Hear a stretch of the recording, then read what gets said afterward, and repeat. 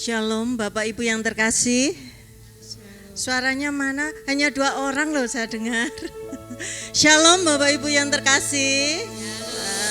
Beri kemuliaan dong bagi nama Tuhan. Saat ini kita mau bersama-sama datang di hadapan Tuhan. Kita mau bersama-sama menundukkan hati kita. Tuhan, inilah kehidupan kami, inilah hidup kami Tuhan.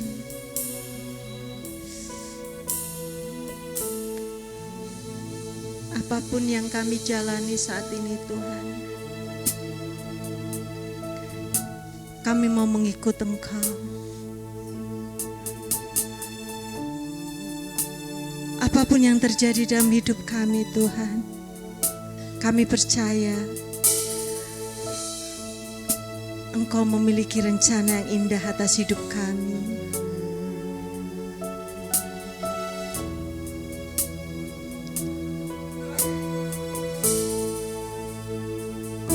Mengikut Yesus keputusanku, mengikut Yesus keputusanku, mengikut Yesus keputusanku, ku tak ingkar, ku tak ingkar. Katakan bersama-sama, inilah Tuhan keputusan dalam setiap hidup kami Tuhan.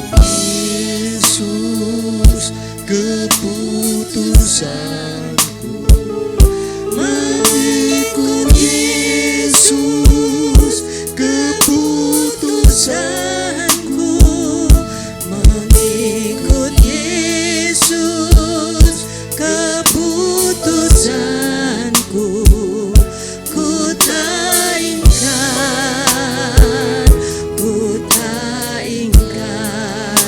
Bersama kita katakan, ikut Yesus keputusanku,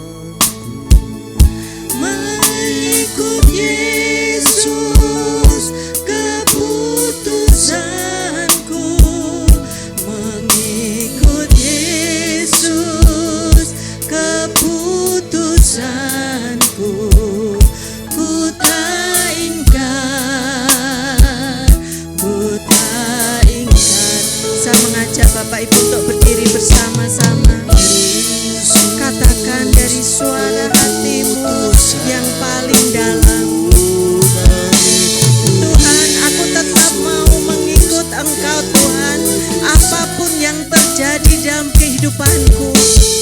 Yesus keputusanku, ku tak ingkar, ku tak ingkar.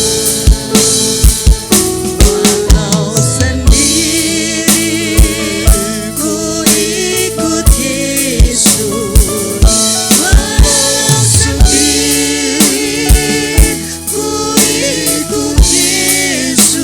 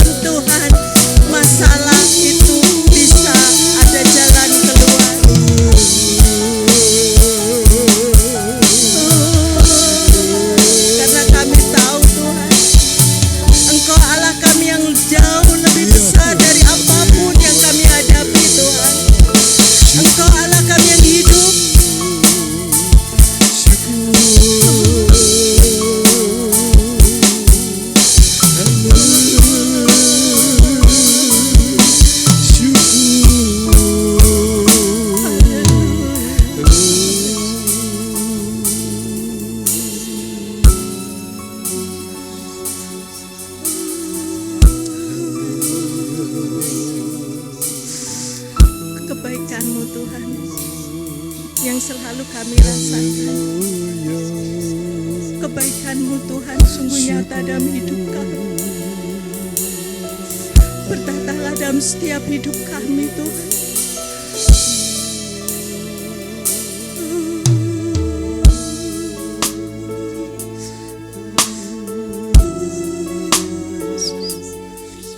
Haleluya Yesus. Mari Bapa, jamah setiap kami Tuhan. Urapi setiap kami Bapa.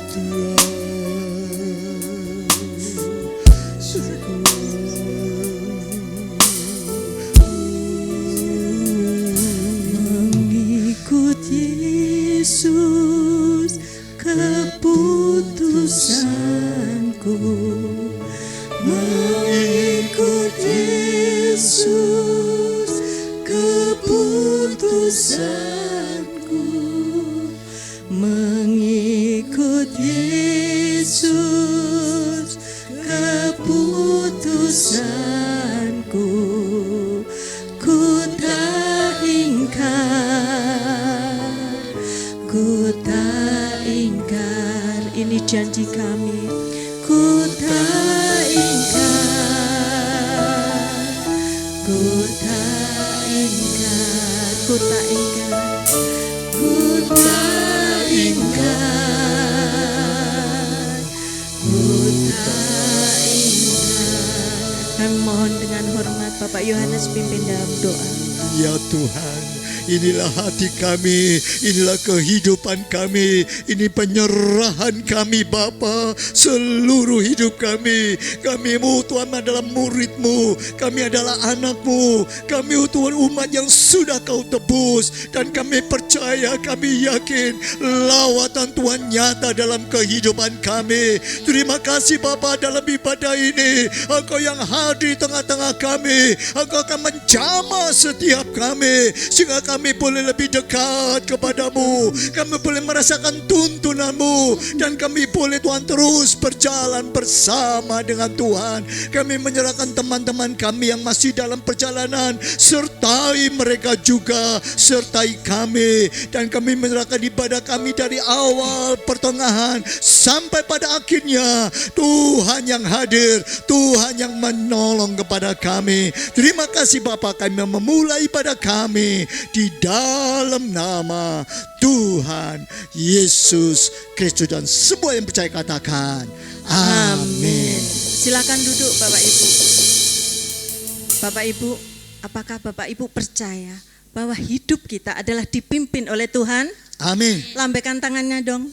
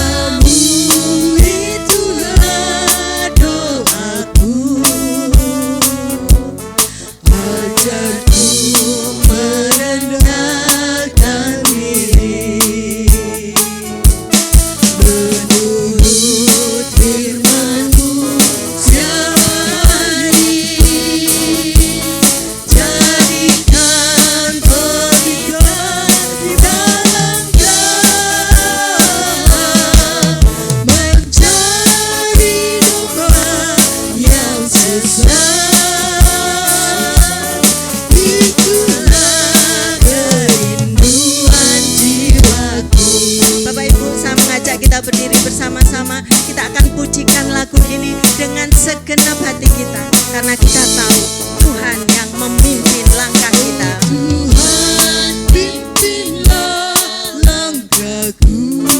Boleh goyang kalau mau goyang. Tak berani jalan sendiri, serta-Mu itulah doaku.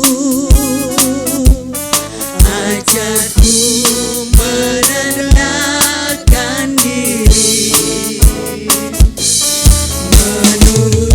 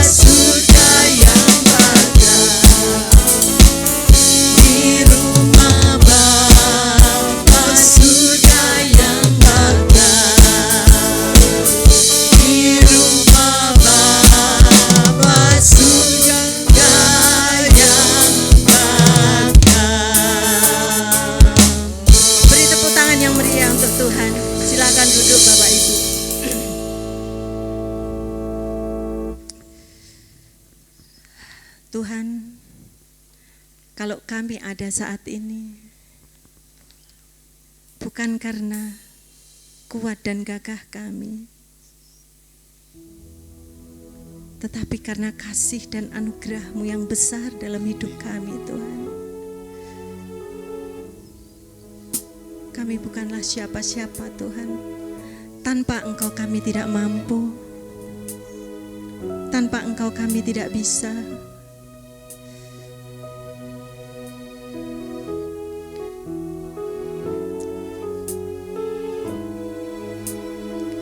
Kalau kami boleh hidup saat ini, semua hanya karena anugerah-Mu, Tuhan.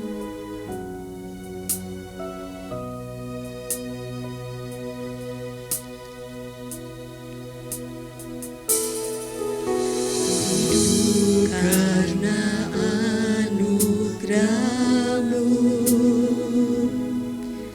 tiada satu pun dapat ku banggakan, semua karena cinta-Mu. Ini hidupku, pimpin jalanku, kasih-Mu mengubah hidupku. Kau memilihku, selamatkan hidupku, semua karena cinta-Mu. Ini hidupku, pimpin jalanku. Yesus pegang erat tanganku, ku tak dapat hidup di luar kasih-Mu. Bapa, jangan tinggalkan aku, Engkau alasan selama ku hidup. Mari Bapak Ibu kita berdiri bersama-sama. Katakan Tuhan,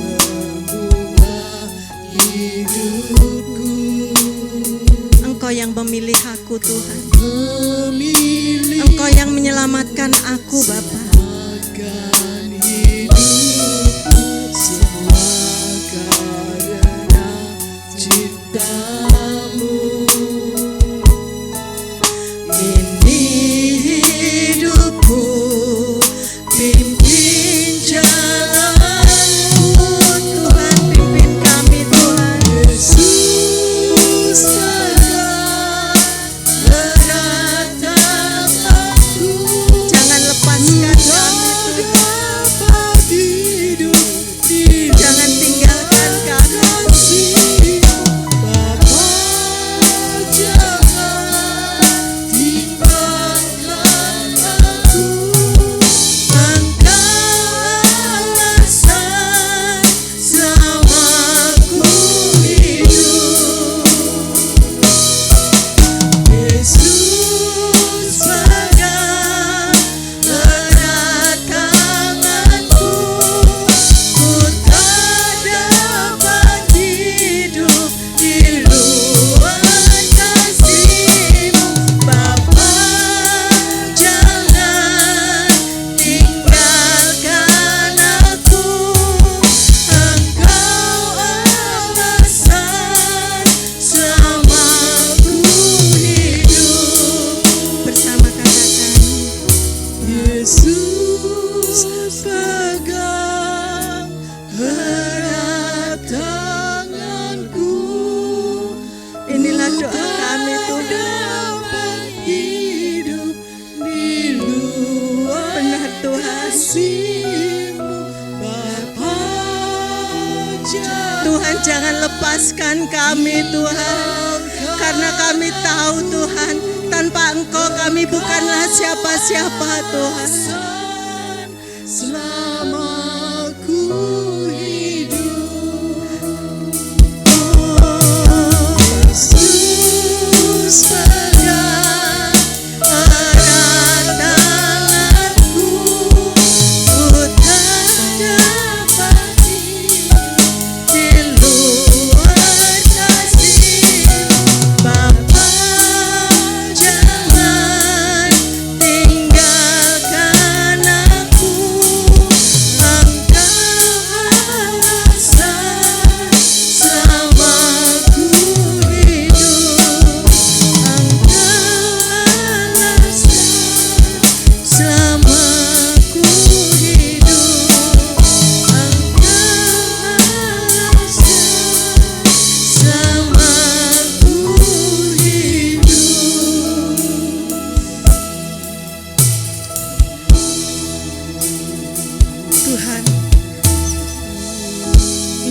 doa kami Bapa. Kiranya Tuhan mau pegang tangan kami. Tuhan pimpinlah langkah kami. Supaya setiap langkah hidup kami tidak lepas dari genggaman tangan-Mu Tuhan. Tuhan kami rindu berjalan bersama dengan Tuhan sampai kami boleh bertemu dengan Engkau muka dengan muka. Kami rindu untuk mendengar suara-Mu Tuhan, peka terhadap tuntunan-Mu Tuhan. Itu sebabnya Tuhan saat ini kami mau membuka hati kami. Kami mau membuka telinga kami. Kami mau merendahkan hati kami. Tuhan berbicara kepada kami secara pribadi. Pakailah hamba-Mu yang akan menyampaikan firman-Mu Tuhan. Supaya benar-benar boleh mengerti isi hati Tuhan. Dan boleh menyampaikan dengan jelas kepada kami semua.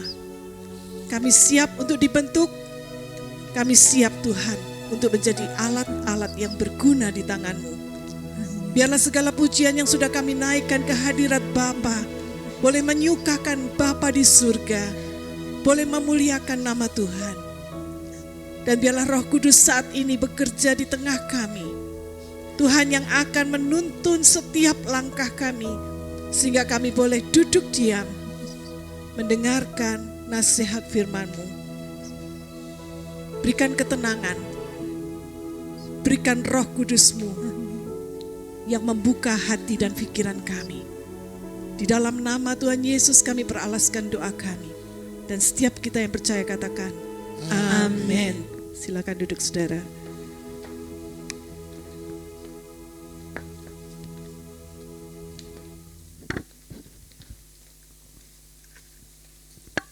Shalom. Shalom Bapak Ibu saudara sekalian.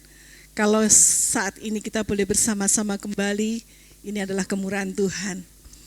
Hari ini saya sangat digerakkan oleh Tuhan untuk membahas sebuah kisah yang ada di dalam Alkitab yang kita semua pasti sudah sering mendengar maupun membaca. Dan kisah ini saya sangat terinspirasi dari film His Only Son yang saat ini sedang kontroversial dan sudah dilarang beredar di Indonesia. Ya, mengapa? Karena ada satu orang di DPR yang protes bahwa film ini tidak sesuai dengan iman mereka, kebanyakan mayoritas umat di Indonesia. Sehingga film ini akhirnya bisa membuat resah, membuat hati orang itu menjadi bimbang, bahkan bisa menyesatkan iman mereka. Itu sebabnya Kominfo sekarang sudah melarang film ini beredar di Indonesia. Ya, kalau sudah cari di YouTube sudah nggak ada lagi. Nah, saya nggak tahu ada ketakutan apa yang mereka pikirkan sampai film ini tidak bisa lagi diakses di seluruh media di Indonesia. Nah, namun sekarang semakin dilarang, ya, semakin banyak orang yang penasaran, ya, dan semakin orang pengen tahu apa sih, ya. Dan tanpa disadari film ini semakin menjadi viral dan diburu orang. Nah, saudara yang kemarin datang hari Jumat, waktu Dopafis, kita sudah nonton bareng film ini. Ya, yang nggak datang rugi, karena saya sudah umumkan kenapa nggak datang. Nah, karena sekarang saudara mau cari di YouTube sudah nggak ada film ini. Jadi itu sebabnya, ya, kita ingin lihat apa sih dampak selanjutnya dari film ini? Ya, karena kita doakan aja agar semakin banyak orang yang mengetahui kebenaran dan menemukan jalan yang lurus, ya, melalui film ini.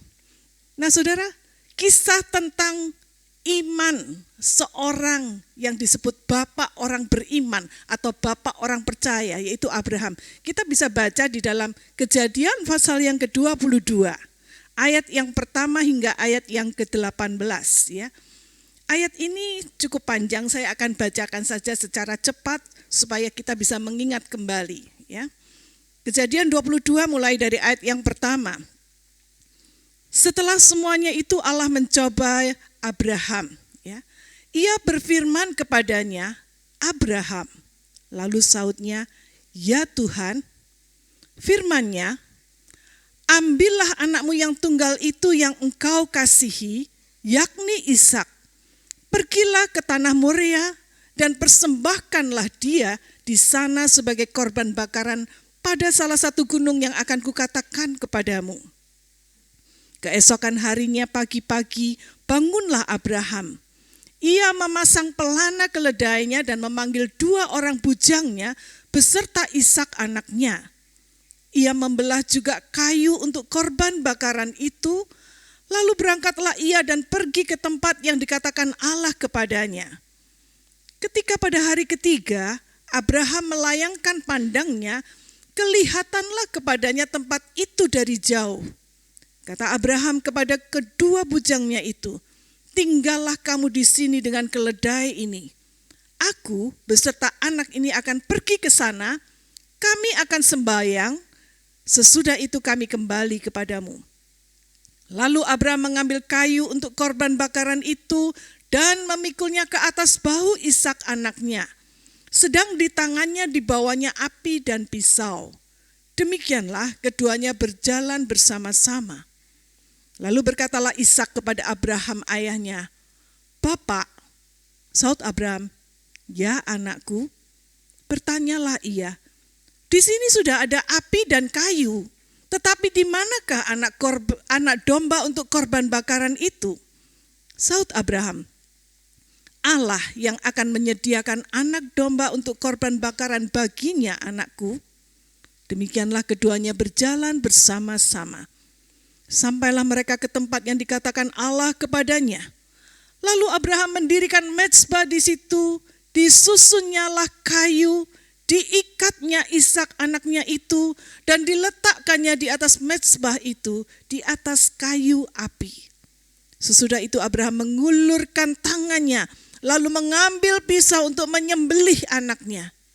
Tetapi berserulah malaikat Tuhan dari langit kepadanya, Abraham, Abraham. Sautnya, ya Tuhan. Lalu ia berfirman, jangan bunuh anak itu dan jangan kau apa-apakan dia. Sebab telah ku ketahui sekarang bahwa engkau takut akan Allah dan engkau tidak segan-segan untuk menyerahkan anakmu yang tunggal kepadaku. Lalu Abraham menoleh dan melihat seekor domba jantan di belakangnya yang tanduknya tersangkut dalam belukar. Abraham mengambil domba itu lalu mengorbankannya sebagai korban bakaran pengganti anaknya. Dan Abraham menamai tempat itu Tuhan menyediakan. Sebab itu sampai sekarang dikatakan orang, di atas gunung Tuhan akan disediakan. Untuk kedua kalinya lah berserulah malaikat Tuhan dari langit kepada Abraham katanya, aku bersumpah demi diriku sendiri. Demikianlah firman Tuhan. Karena engkau telah berbuat demikian dan engkau tidak segan-segan untuk menyerahkan anakmu yang tunggal kepadaku, maka aku akan memberkati engkau berlimpah-limpah dan membuat keturunanmu seperti pasir di tepi laut dan keturunanmu itu akan menduduki kota-kota musuhnya. Oleh keturunanmu lah semua bangsa di bumi akan mendapat berkat karena engkau mendengarkan firman-Ku. Amin. Saudara, mungkin kita sudah dengar cerita ini berulang kali. Saya sendiri mendengar ini mulai sejak saya kecil di sekolah minggu. Ya, namun karena kita itu sudah tahu akhir dari ceritanya, maka seringkali kisah ini tidak terlalu lagi menjadi sesuatu yang istimewa. Ya, biasa-biasa saja. Sampai saat saya menonton film His Only Son ini. Ya. Nah, persoalannya adalah bagaimana dengan kita yang sudah mengetahui kebenaran? Mereka belum tahu yang benar itu yang mana. Mereka masih kontroversi, mereka masih bingung. Tapi kita sudah tahu. Tapi pertanyaannya adalah bagi kita yang sudah tahu kebenaran ini, apakah kita sudah mempraktekkan kebenaran dari kisah ini? Nah, ini dua hal yang berbeda. Tahu dan praktek. Nah, ini dua hal yang berbeda. Lalu kebenaran atau pelajaran apa yang bisa kita petik dari kisah ini? Mari kita simak dulu dan kita pelajari bersama. Kita akan membuka di dalam Kitab Ibrani pasal yang ke-11 ayat 17 sampai yang ke-19. Ibrani pasal yang ke-17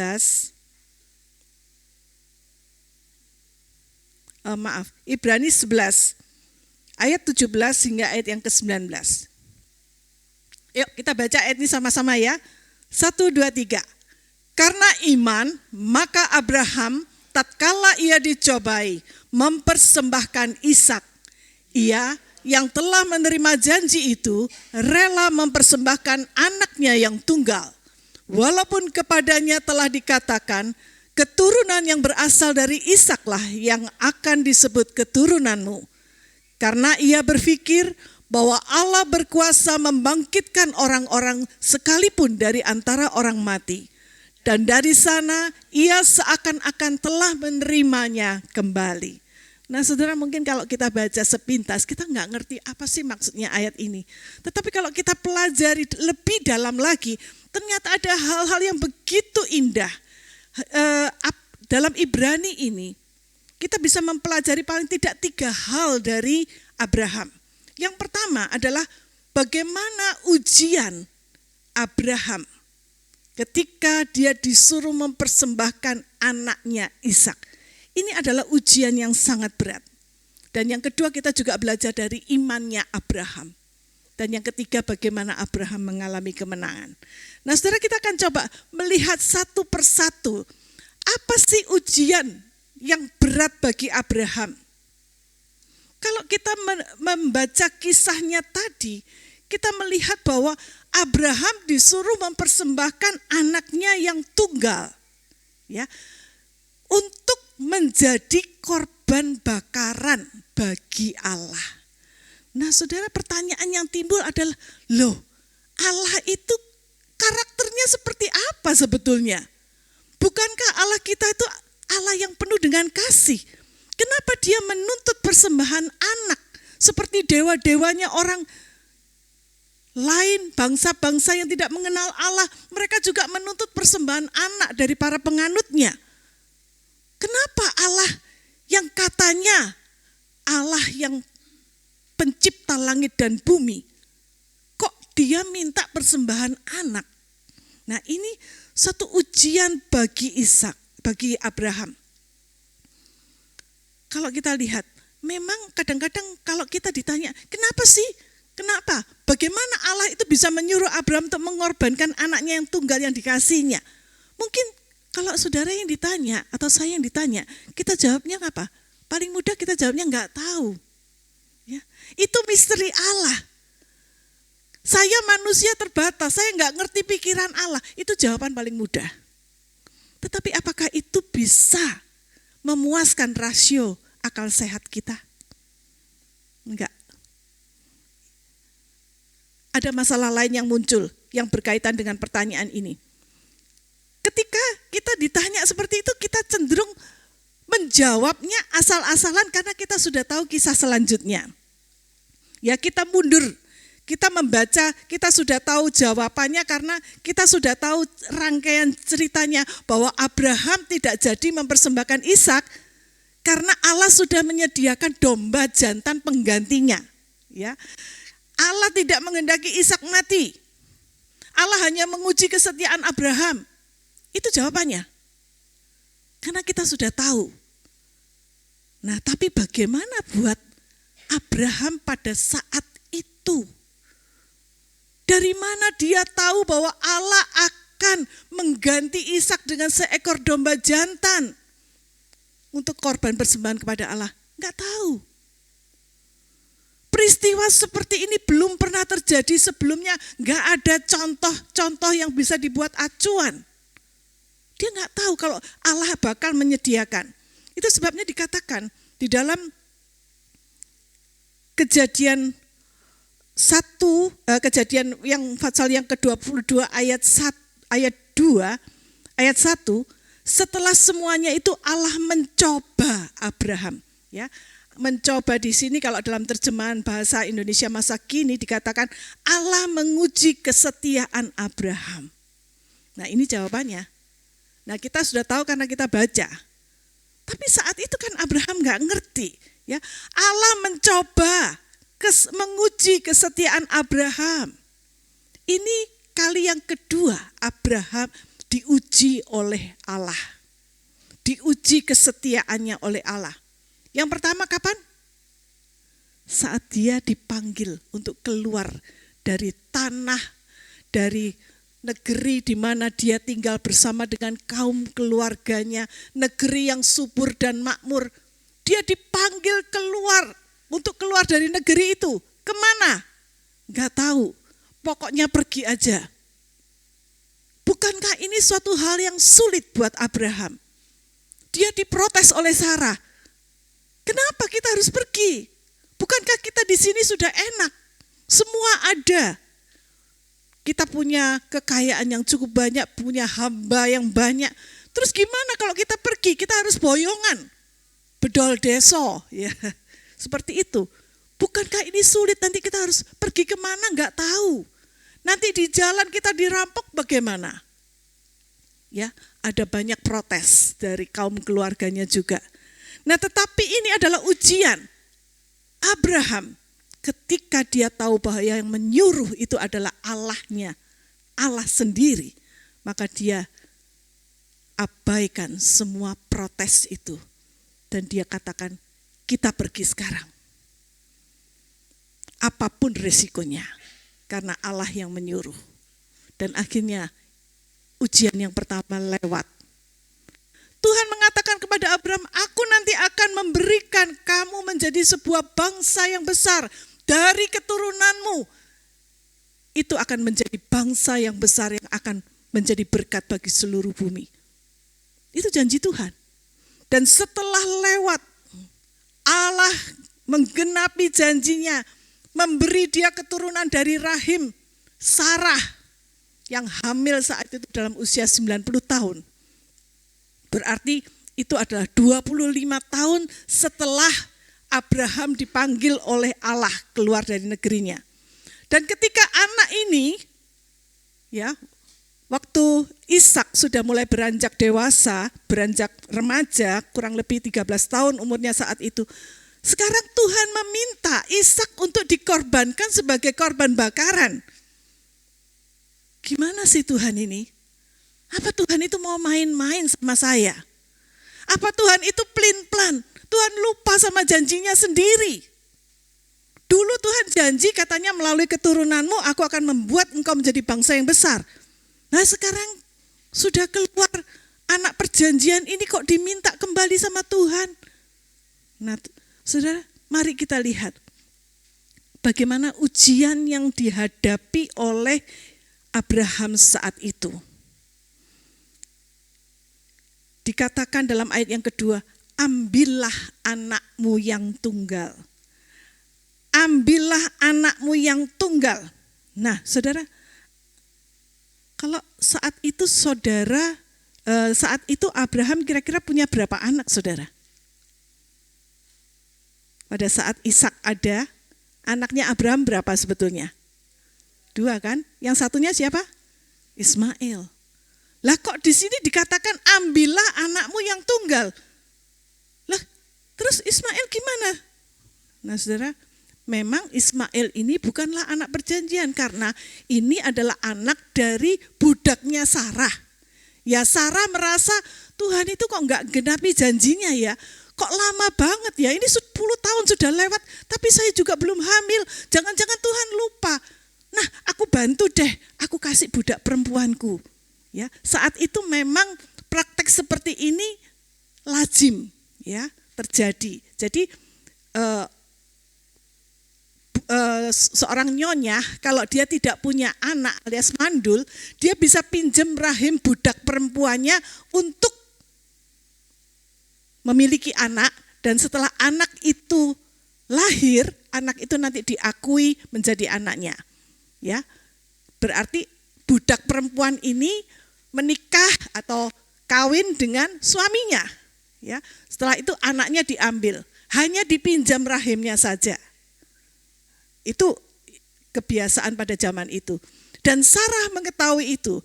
Dan Sarah ingin membantu Tuhan supaya janji Tuhan terlaksana. Dia pinjam rahimnya si Hagar, budak perempuannya. Maka lahirlah Ismail. Tetapi itu bukan rancangan Tuhan. Makanya Tuhan tidak memperhitungkan Ismail. Ya, anak perjanjian adalah yang keluar dari rahimnya Sarah sendiri. Hanya karena Sarah enggak sabar, dia pakai rancangannya sendiri. Pada rancangan Tuhan tidak sama dengan rancangannya Sarah. Nah, itu sebabnya ketika Ishak lahir, Sarah usianya sudah 91 tahun. Ya, sudah sangat tua. Anak yang tunggal, ya. Terus dikatakan, ambillah anakmu yang tunggal yang engkau kasihi. Nah, saudara, Allah tahu betapa Sarah dan Abraham itu sangat mengasihi Ishak, anak yang dijanjikan Tuhan, lebih dari yang lain. Tapi kenapa kok justru Allah itu minta Ishak yang dikorbankan? Kenapa bukan yang lain? Apa Allah itu cemburuan? Apa Allah itu enggak mau punya saingan? Maybe yes. Ya, mungkin ya. Saudara, dari sini kita belajar bagaimana ujian yang dihadapi oleh Abraham saat itu. Seandainya saudara atau saya dalam posisi Abraham, kira-kira kasih enggak ya? Kasih enggak ya? Anak satu-satunya yang kukasihi, kok diminta sekarang sama Tuhan, kasih enggak ya Tuhan? Saudara, menuruti perintah Tuhan itu memang tidak mudah. Perlu pengorbanan, perlu perjuangan. Bayangkan, anak tunggal yang dikasihi, itu berat banget. Belum cukup itu, Allah meminta yang lain lagi. Tuhan mengatakan, pergilah ke tanah Moria dan persembahkanlah dia di sana sebagai korban bakaran. Nah, saudara, sudah anak tunggal, anak yang dikasihi, sekarang diminta untuk dipersembahkan sebagai korban bakaran.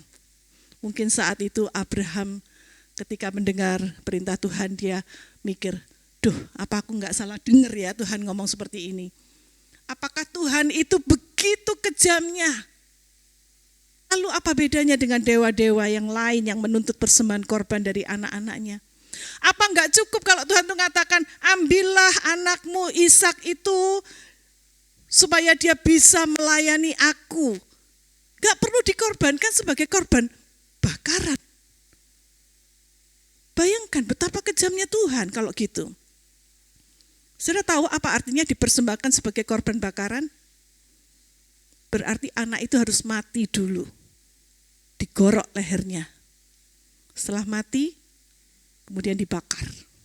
Menjadi persembahan. Kalau saudara yang jadi Bapak Abraham kira-kira tega enggak? Itu ujian yang berat buat Abraham. Gimana kalau seandainya Sarah tahu akan hal ini?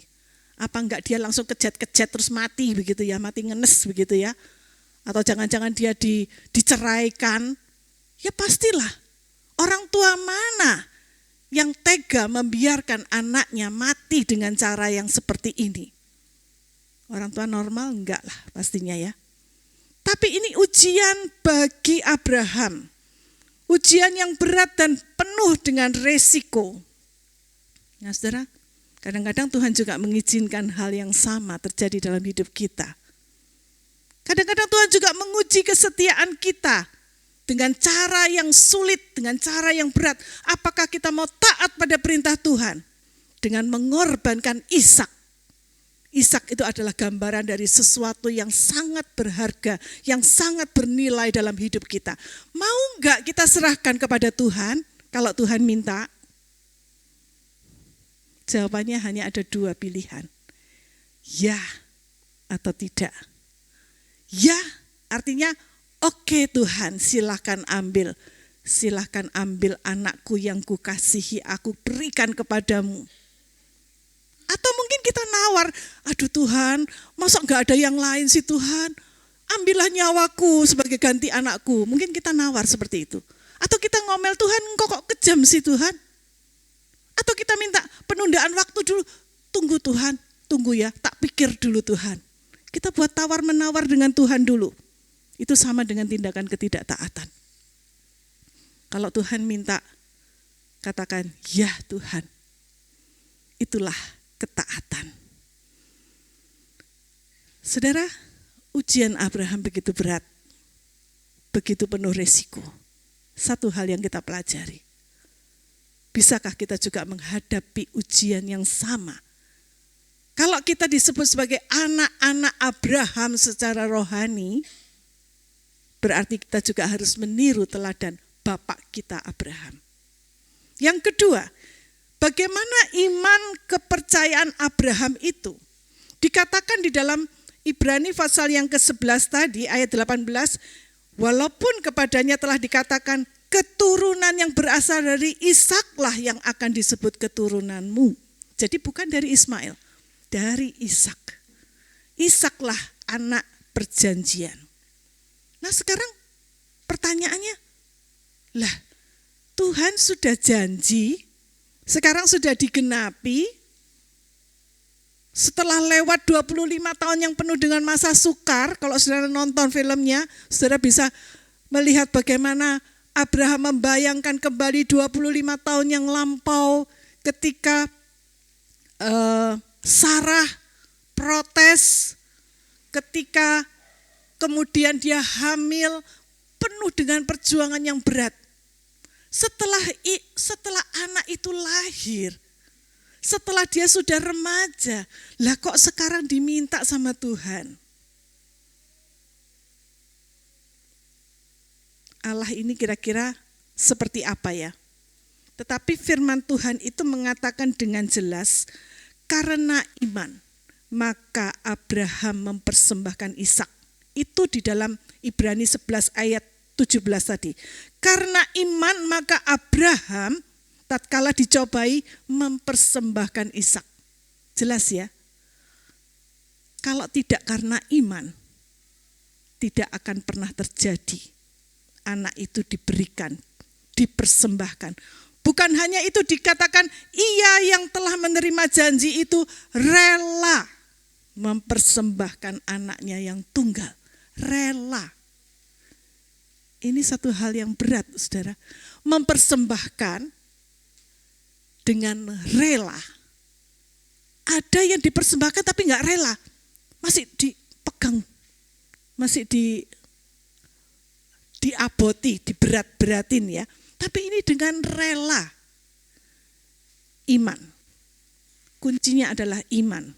Karena yang minta Tuhan, Tuhan yang memberi. Kalau Tuhan yang minta kembali, yaitu miliknya Tuhan. Bahkan, tapi imannya Abraham ini bukan iman yang ngawur. Ya, dalam ayat yang ke-19 dikatakan, karena ia berpikir bahwa Allah berkuasa membangkitkan orang-orang sekalipun dari antara orang mati. Dari mana Abraham tahu?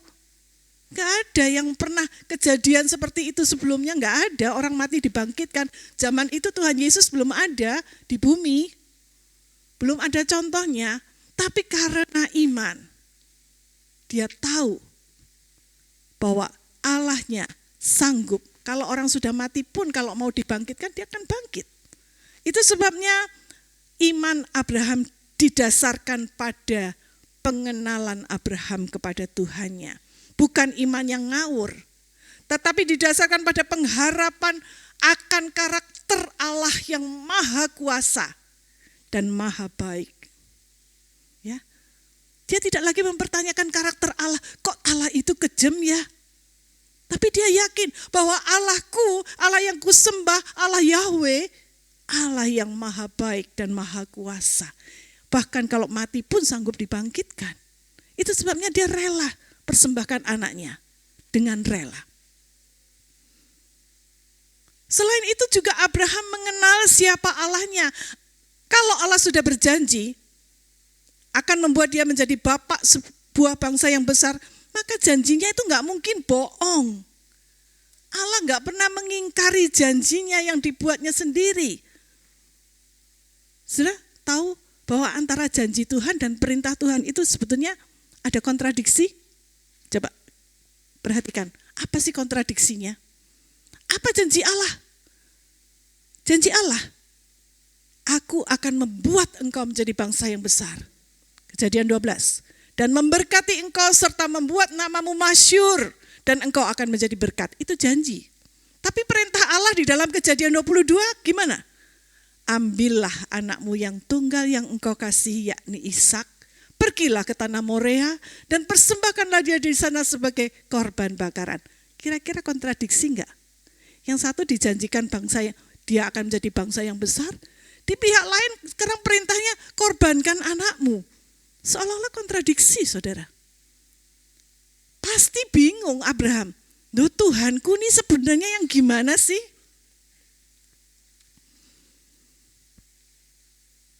Abraham gak tahu apakah Allah akan menolongnya atau tidak.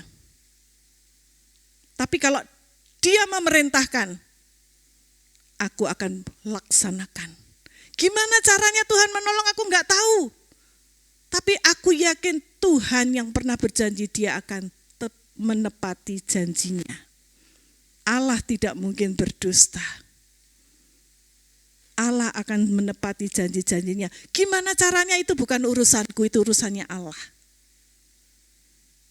Saudara, dari sini kita belajar bagaimana iman Abraham. Jadi apa sebenarnya iman itu? Apa sebenarnya iman itu? Iman itu adalah mempercayai janji-janji Allah. Kalau Tuhan sudah berjanji, pasti Dia menggenapi. Kemudian, apalagi iman itu? Kita nggak tahu caranya Allah menggenapi itu gimana caranya. Cara Allah bekerja kita nggak perlu kepo. Kepo itu apa? Singkatan dari apa? Knowing everything apa ya? Ya, nggak perlu dah, nggak perlu. Pokoknya kita nggak perlu kepo ya. Knowing every particular object ya. Kita nggak perlu kepo. Gimana caranya Tuhan? Itu urusan Tuhan. Bagian kita tuh apa sih? Bagian kita tuh hanya percaya janji Tuhan dan menaati perintah-perintahnya. Itu bagian kita. Bagian Tuhan adalah menggenapi janji-janjinya. Dengan caranya Tuhan. Pada waktunya Tuhan. Kita hanya disuruh percaya dan taat saja. Sulit enggak sih? Sulit. Kalau kita yang mengalami pasti sulit. Tapi kalau dengar gampang. Ya, kalau ngomong gampang. Tapi kalau jalani sulit. Tapi percayalah, ketika kita belajar dari iman Abraham, ada bagian yang harus kita lakukan.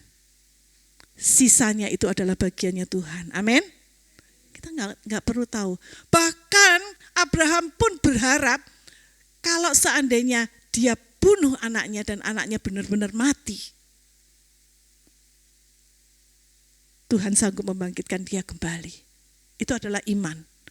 Tapi kalau seandainya nggak dibangkitkan pun, Abraham tetap percaya bahwa Allahnya itu adalah Allah yang penuh dengan kasih dan penuh dengan kuasa. Itu baru iman. Lalu apa sih definisi iman? Coba kita baca dalam Ibrani ya, dalam Ibrani 11 ayat yang pertama. Apa itu iman? Ya, iman adalah dasar dari segala sesuatu yang kita harapkan dan bukti dari segala sesuatu yang tidak kita lihat. Ayo kita baca sama-sama. 2, 3. Iman adalah dasar dari segala sesuatu yang kita harapkan dan bukti dari segala sesuatu yang tidak kita lihat. Bingung enggak? Bingung ya? Coba lihat dari terjemahan bahasa Indonesia masa kini. Beriman itu berarti yakin sungguh-sungguh akan hal-hal yang diharapkan. Yakin. Ada pengharapan, dia yakin akan apa yang diharapkan. Berarti mempunyai kepastian akan hal-hal yang tidak dilihat. Dia sudah punya kepastian dulu. Walaupun enggak dilihat, belum terjadi. Tapi dia sudah percaya. Itu baru iman. Iman itu percaya dan membiarkan bagaimana caranya itu ada dalam tangan kedaulatan Tuhan. Itu bukan urusan kita. Kadang-kadang kita tuh merasa sok pinter ya. Sok ngatur-ngatur Tuhan. Ya. Sebenarnya kita lupa siapa diri kita dan siapa Tuhan kita. Kita tuh gak tahu diri. Oh Tuhan, kamu harus seperti ini. Kamu harus tolong saya, sembuhkan saya. Anak saya itu mau ujian, Tuhan tolong supaya dia lulus, supaya dia mendapatkan pekerjaan yang baik. Kita ngatur-ngatur Tuhan. Seolah-olah kita lebih Tuhan dari Tuhan. Kita lupa siapa diri kita sebenarnya. Kita harus belajar percaya dan taat. Itulah iman. Kalau Tuhan berkata, go, pergi, ya kita harus pergi. Kalau Tuhan mengatakan stop, berhenti, jangan teruskan, ya stop. Kalau Tuhan katakan berikan apa yang milikmu yang berharga kepadaku, ya kasih. Itu baru iman. Coba lihat di slide selanjutnya. Ini saya berikan beberapa ilustrasi. Contoh iman. Kalau Tuhan mengatakan loncat, kira-kira saudara mau loncat enggak? Berani enggak itu? Di antara tebing-tebing itu di bawah itu ada jurang. Loncat enggak? Tuhan gimana nanti kalau aku enggak nyampe di ujung sana? Kalau aku jatuh ke jurang gimana Tuhan? Gimana nasibku? Bagaimana keluargaku nanti? Anakku gimana Tuhan masa depannya? Enggak usah saudara. Kalau Tuhan yang ngomong, loncatlah. Enggak gampang emang. Kalau Tuhan mengatakan itu berjalan di atas tali. Waduh Tuhan, aku tuh takut ketinggian Tuhan. Gimana Tuhan rasanya nanti berjalan di atas tali? Aku gak biasa, akrobat Tuhan. Tapi kalau Tuhan yang nyuruh, Tuhan pasti akan memperlengkapi kita dengan keberanian dan perlengkapan yang lain. Ya, seperti Abraham. Korbankan anakmu Ishak, anak tunggalmu yang kamu kasih. Korbankan dia sebagai korban bakaran. Lakukan oleh Ishak, oleh Abraham. Kalau Tuhan mengatakan itu dorong itu batu besar itu ke atas bukit. Tuhan, berat Tuhan. Capek Tuhan, aku gak sanggup Tuhan. Gimana caranya? Untuk jalan aja susah. Ini dorong bebannya begitu berat sampai ke atas. Mana mungkin aku sanggup Tuhan. Tuhan katakan, dorong. Tuhan nanti yang akan menolong. Itulah iman. Dan yang ketiga kita belajar, setelah Abraham beriman kepada Tuhan, iman yang total, maka apa yang dia peroleh? Yang ketiga adalah kemenangan iman. Kemenangan Abraham. Dalam ayat yang ke-19 Ibrani, pasal yang ke-11 ayat 19 dikatakan, karena ia berpikir bahwa Allah berkuasa membangkitkan orang-orang sekalipun dari antara orang mati. Dan dari sana ia seakan-akan telah menerimanya kembali. Ya. Jadi boleh dikatakan Abraham itu sudah menerima kembali Ishak dari kematian. Jadi Ishak itu enggak jadi mati karena Allah sudah menyediakan domba jantan untuk menggantikan sebagai korban bakaran. Berarti Ishak itu dia terima kembali. Seolah-olah dia sudah bangkit dari kematian dan kembali kepada Abraham. Ini adalah kemenangan yang diperoleh Abraham karena iman yang total kepada Tuhan. Nah, saudara, iman Abraham ini juga tampak dari tindakan-tindakan sebelumnya. Ketika dia memerintahkan bujang-bujangnya, kamu tinggal di sini ya, kamu jaga keledai-keledai ini ya, aku sama Ishak nanti akan naik ke atas bukit. Kalian tinggal di sini, tunggu aku.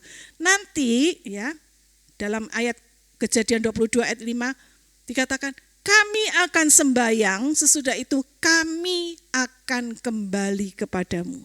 Ya. Tinggallah kamu di sini dengan keledai ini, aku beserta anak ini akan pergi ke sana, kami akan sembahyang. Sesudah itu kami kembali kepadamu. Kenapa kok ngomongnya kami? Bukankah nanti Ishak akan dipersembahkan kepada Tuhan, berarti yang kembali siapa? Abraham doang kan?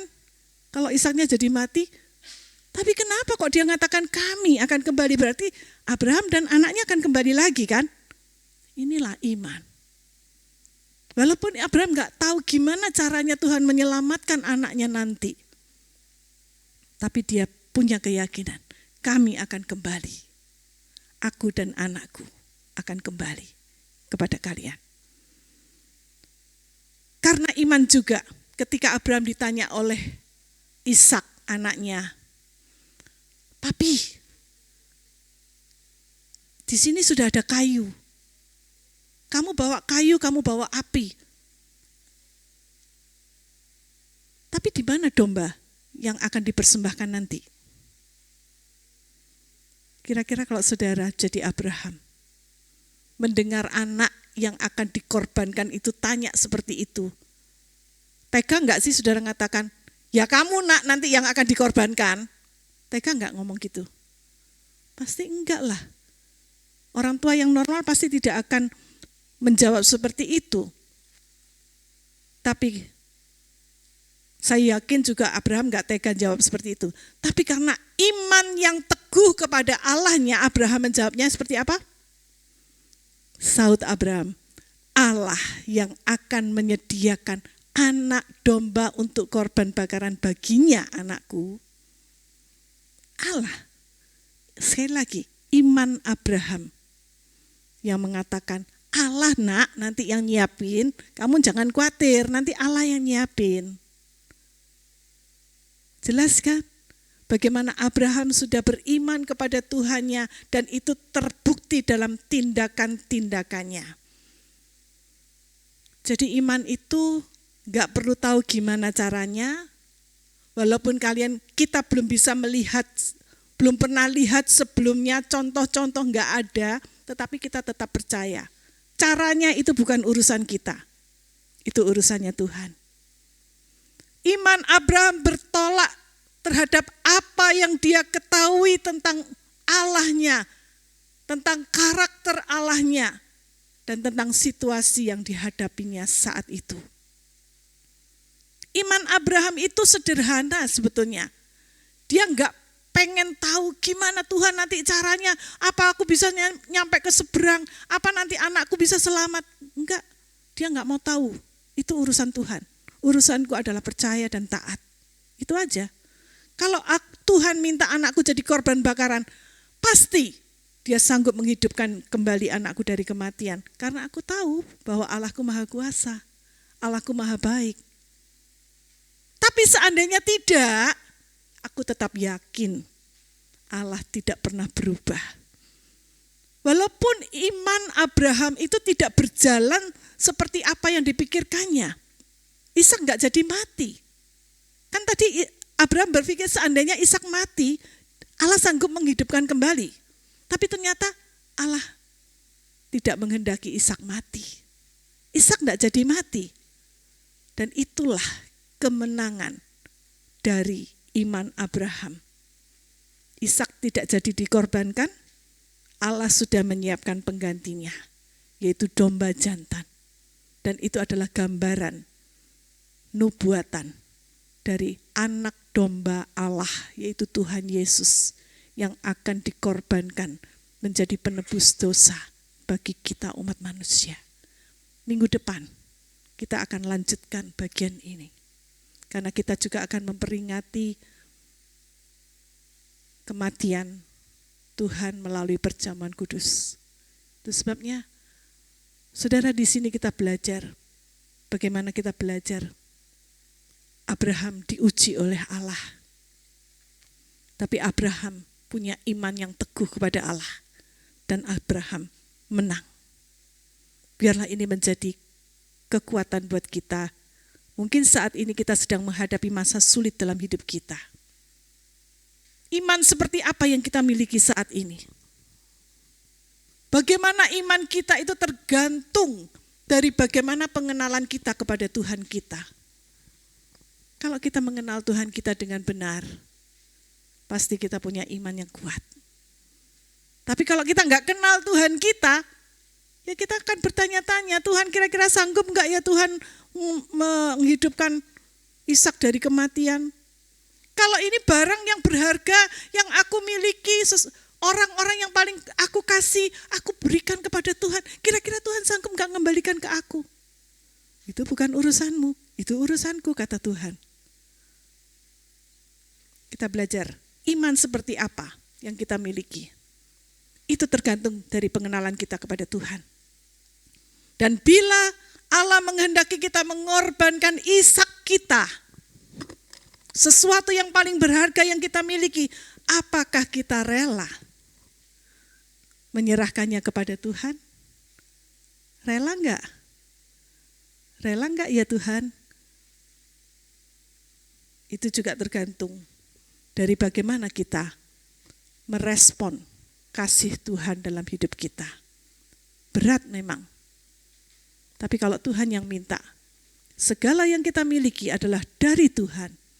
Kita berikan kembali kepada Tuhan karena ini adalah milik Tuhan. Dan bila iman kita diuji oleh Tuhan, kira-kira seperti apa hasilnya? Nah, apakah kita akan mengalami kemenangan seperti Abraham? Atau mungkin iman kita jadi runtuh dan kita meninggalkan Tuhan, bye-bye Tuhan. Kayaknya aku gak bisa lagi deh berharap sama Tuhan. Bye-bye, aku tak menyeberang ya Tuhan ke tempat yang lain. Yang lebih menguntungkan buat aku saat ini.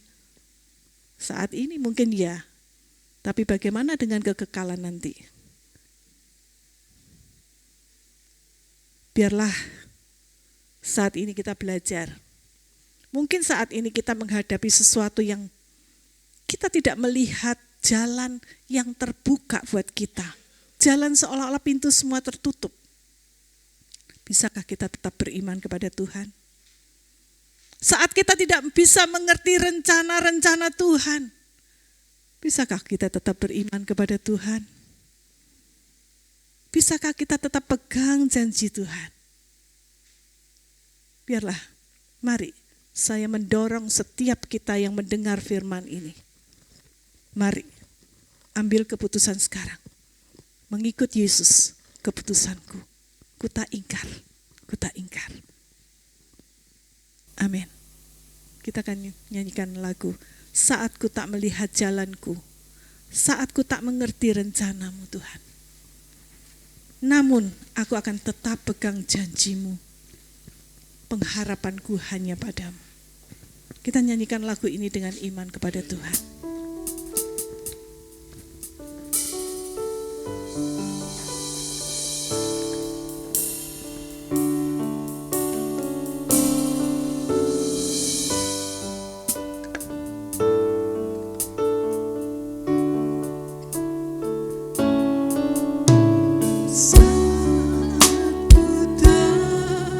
Melihat jalanmu, saat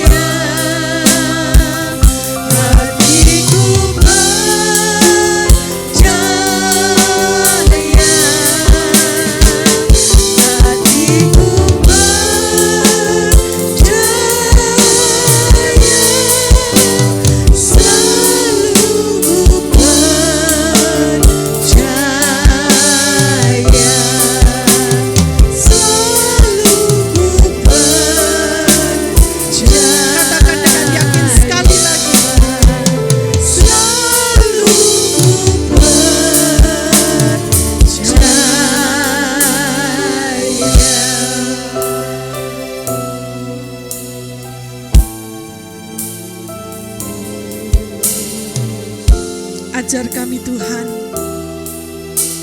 meniru teladan dari Bapak Abraham, sebagai orang-orang percaya kepada Tuhan. Mungkin saat ini kami sedang menghadapi jalan buntu. Mungkin saat ini iman kami lemah. Kami tidak berdaya menghadapi banyaknya godaan-godaan yang ada di luar. Tambahkan iman kami, Tuhan, supaya kami boleh memiliki iman seperti Abraham, yang walaupun harus menghadapi ujian yang sangat berat, tetapi kami tidak goyah. Kami tetap mengikut Tuhan. Itulah keputusan kami. Ya Tuhan. Kami tidak akan mengingkari Engkau sedetik pun, Tuhan.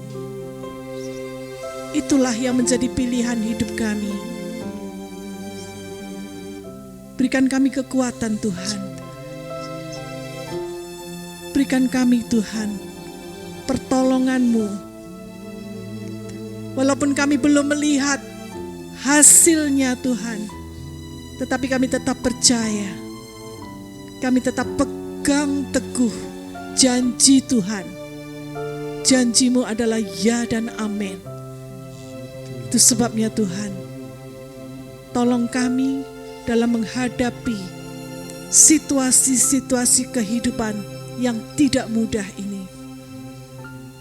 Ajar kami, Tuhan, untuk terus memegang teguh iman kami kepada Tuhan, sampai akhirnya kami boleh melihat kemenangan yang gilang gemilang Tuhan sudah siapkan bagi kami. Inilah yang menjadi doa kami dan pengharapan kami. Terima kasih, Tuhan. Biarlah firman-Mu boleh terus kami renungkan, dan firman-Mu itu hidup dalam hidup kami, dan kami praktekkan di dalam hidup kami sehari-hari.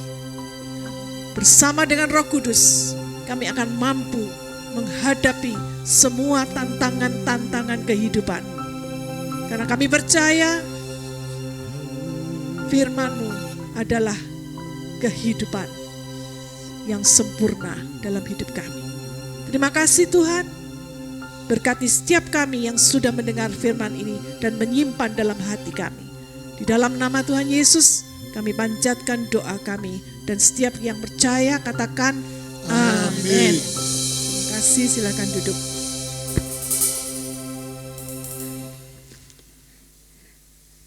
Bapak Ibu yang terkasih, yang diberkati dengan firman Tuhan, lambaikan tangan kita. Beri tepuk tangan yang meriah untuk Tuhan. Bapak Ibu, di dalam mengikut Tuhan, tidak mudah, betul ya? Banyak permasalahan, banyak tantangan, bahkan sampai hari ini, ya.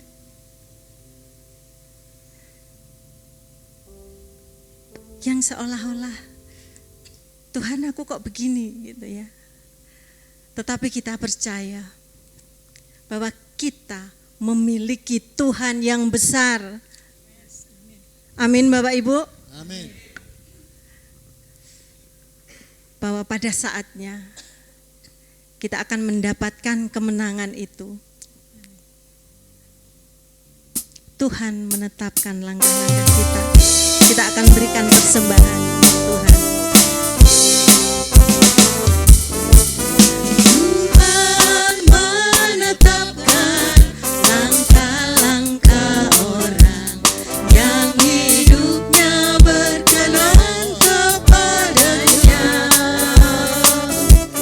Apabila ia jatuh tak sampai tergeletak, sebab Tuhan menopang.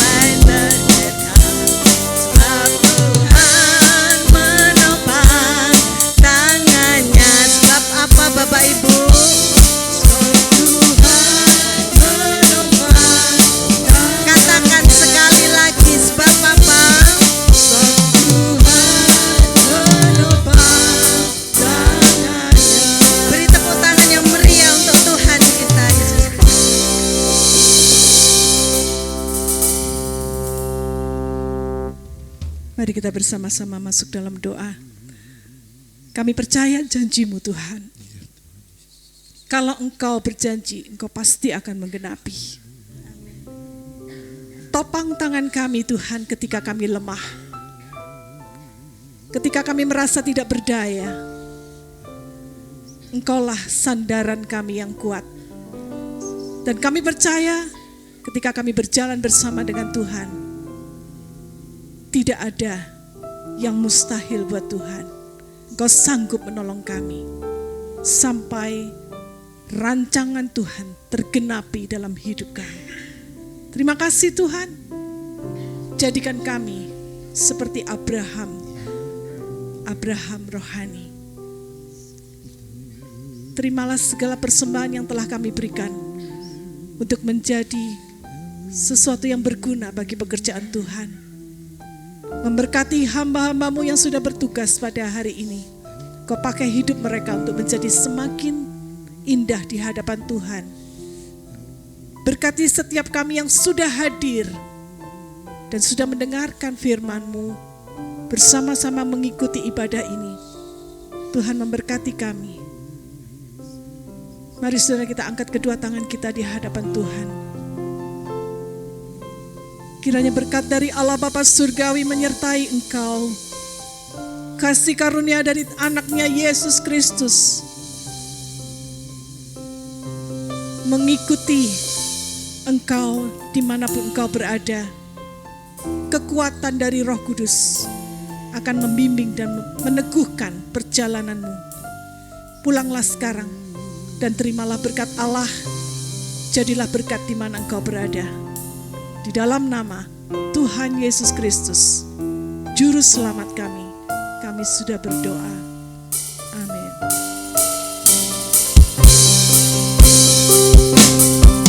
Sebab Tuhan melindungi, Tuhan menyinari dengan wajah-Nya, memberi kasih karunia, damai sejahtera. Tuhan Yesus berkati. Sebab Tuhan melindungi, Tuhan menyinari dengan wajah-Nya, memberi kasih karunia, damai sejahtera. Tuhan Yesus berkati. Memberi kasih karunia, damai sejahtera. Tuhan Yesus berkati.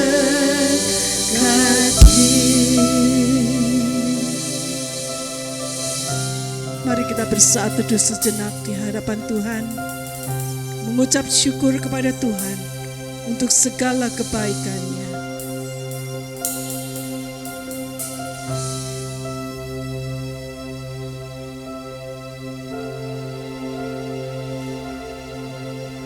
Amin.